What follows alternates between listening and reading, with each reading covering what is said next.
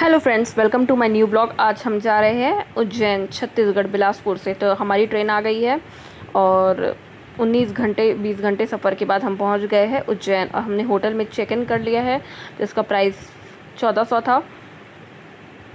और हमने होटल में चेक इन कर लिया है। अब उसके बाद सुबह सुबह हम नहा के निकल गए हैं मंदिर की तरफ। जो हमारे होटल से हमें एक ऑटो लेके मंदिर हम पहुँचे। ऑटो का रेट 50 रुपीज़ लिया हमसे।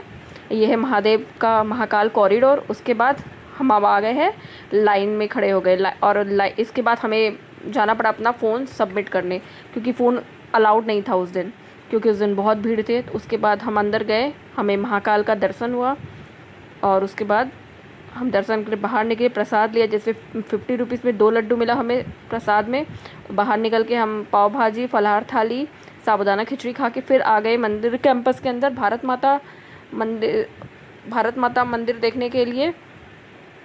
ये है उज्जैन का बहुत ही फेमस भारत माता मंदिर। तो ये भारत माता मंदिर का दर्शन हमने किया। ये है भारत माता, बहुत सुंदर सा मंदिर था भारत माता का।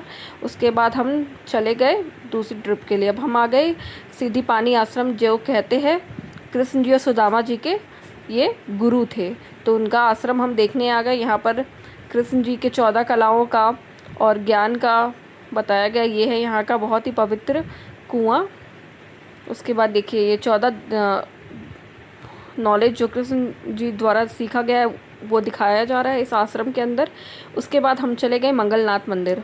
ये है मंगलनाथ मंदिर, जो मंगल देवता, मंगल ग्रह को समर्पित है। और यहाँ बहुत भीड़ रहती है। कहा जाता है जिसका भी मंगल भारी होता है, यहाँ आके पूजा करवाने से सब ठीक हो जाता है। ये है मंगल देव का दर्शन करने के बाद हम आ गए हैं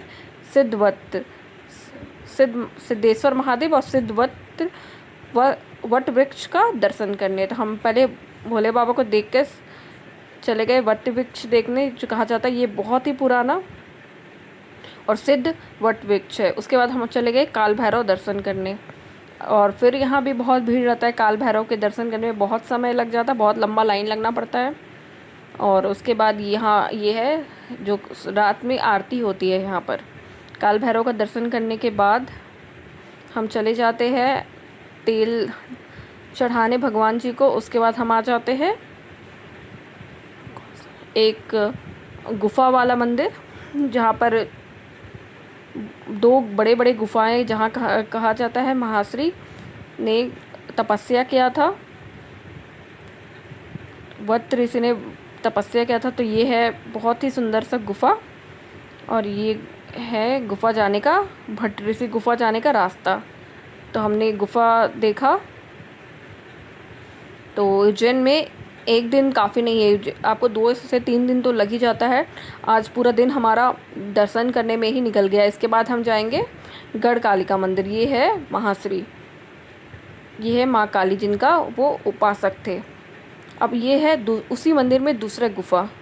तो हम जा रहे हैं दूसरा गुफा देखने के बाद गढ़ कालिका मंदिर। ये है माँ काली को समर्पित है। तो ये गढ़ कालिका मंदिर है, जो बहुत ही सुंदर से देवी थी इसके अंदर। उसके बाद अब हम बहुत थक गए, तो हमने ये केसर वाला दूध पिया, सैंडविच खा के, यहाँ पे कुछ खाना खा के, लोकल फूड, आज का दिन ख़त्म किया। अब बनाएंगे दूसरे दिन का next blog. Thank you friend, अच्छा लगा तो प्लीज़ लाइक सब्सक्राइब। और ऐसे आज हमारा सैंडविच खा के डे ख़त्म होता है। अच्छा लगा ब्लॉग तो प्लीज़ लाइक एंड सब्सक्राइब। जय महाकाल।